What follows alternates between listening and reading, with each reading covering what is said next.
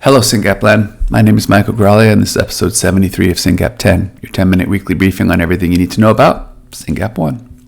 A lot of interesting stuff happened in Syngap land this week, but I'm not going to talk about any of it because the only thing we can talk about is Leon. If you're not aware of what I'm talking about, on Sunday night in Tyrol, Leon couldn't sleep, and his dad took him for a walk in a nearby park.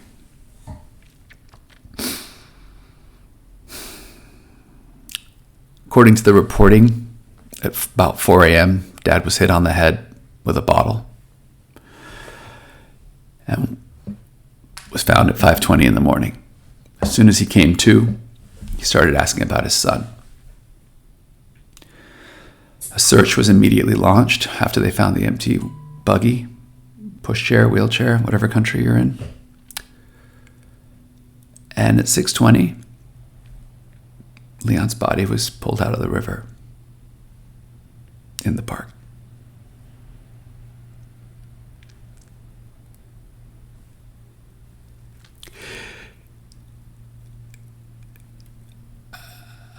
I don't know what to say.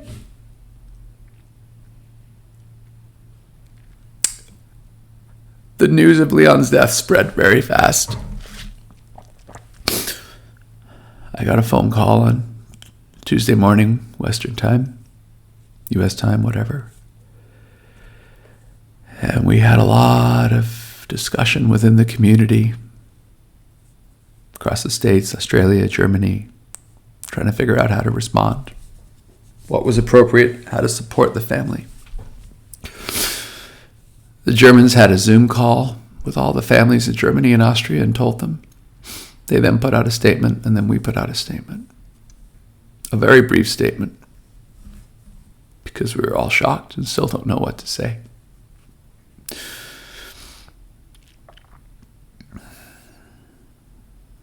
It's been a very weird week. Once we put out a statement, a lot of questions started coming into Lauren. A lot of questions. And a lot of people said, well, was it Syngap related? How did he die? Because people weren't translating the news article. We shared the article in German and people weren't doing the translate thing. So we put a translation on our website. If you go to syngapresearchfund.org/Leon or syngap.fund/Leon, you can read the article. And there's links to other articles as they come up. And if you find other ones, let us know. We'll add it. But one of the questions was, well, if it wasn't Syngap related, we should say that because parents are freaking out. And I've been thinking about that, and I was immediately clear. I said, no, we're not going to say it wasn't Syngap related. And I was surprised at how clear I was on that point.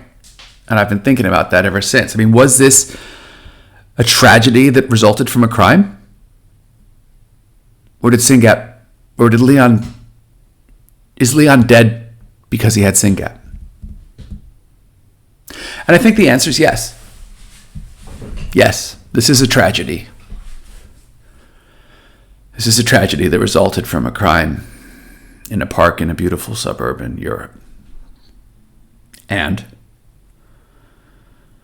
if Leon was a neurotypical healthy child, after that happened, would he still be dead? Probably not. Because a neurotypical 6-year-old boy would scream like hell if his dad was unconscious. A neurotypical 6-year-old boy would be out cold at 4 a.m. and his dad wouldn't have to take him for a walk to put him to sleep. A neurotypical 6-year-old boy probably wouldn't have gone to the water, might have known how to swim, and would probably have screamed for help.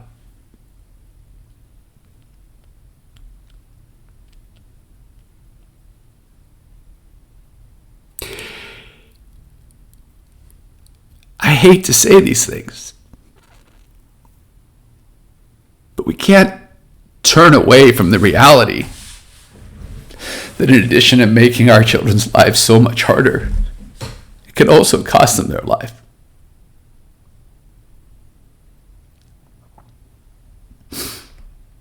Definitely shorten their life. The data on that one's solid, right? The average life expectancy of a child with disabilities is at least 10 years less than population average. But we can't turn away from the fact that this affliction called Syngap 1 makes our children so much more vulnerable and makes us so much more vulnerable. If you don't know who the Applers are, Sandra and Florian were diagnosed in 2018. They immediately created a foundation in Austria called Leon and Friends.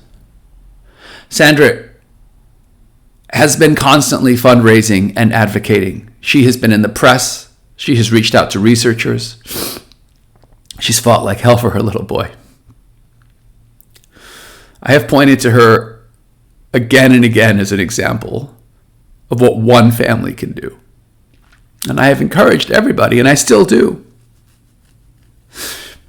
to fight like hell for their kids, to raise money and to invest in science, because that's the only way this goes away.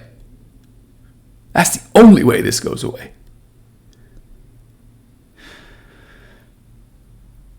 It is unimaginable to me that there is anything that could have been done differently.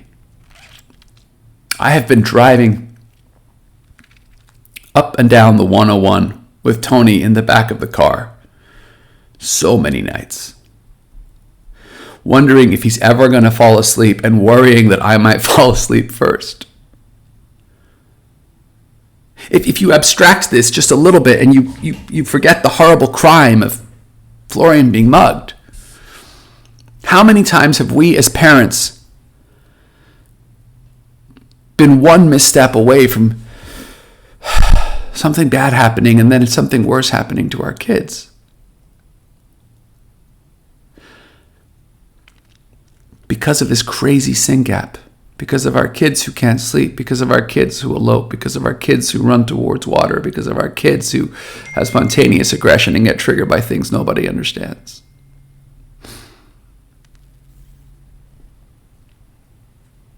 Too many times.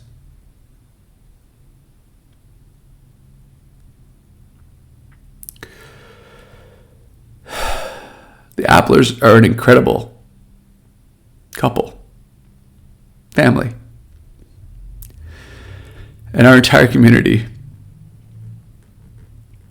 has been consistent and uniform in an outpouring of love and grief and condolences for them.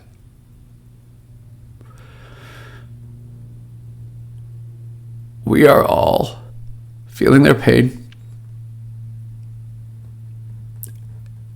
as they're living one of our worst nightmares. This was a horrible tragedy. And in my opinion, this death was Syngap related.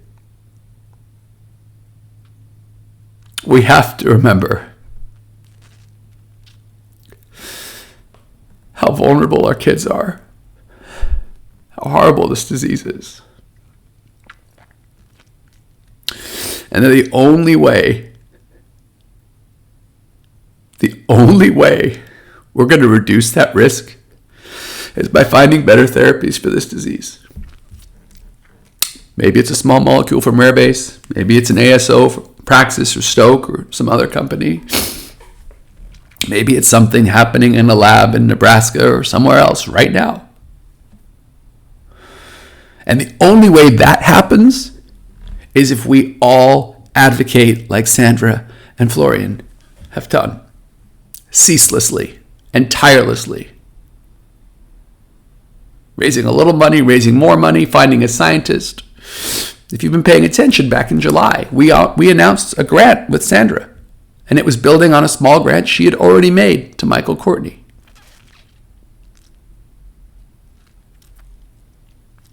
We should take time to grieve for Leon, to love our kids, and to be inspired by Sandra's example to keep fighting for a better future for our kids. Thanks for listening.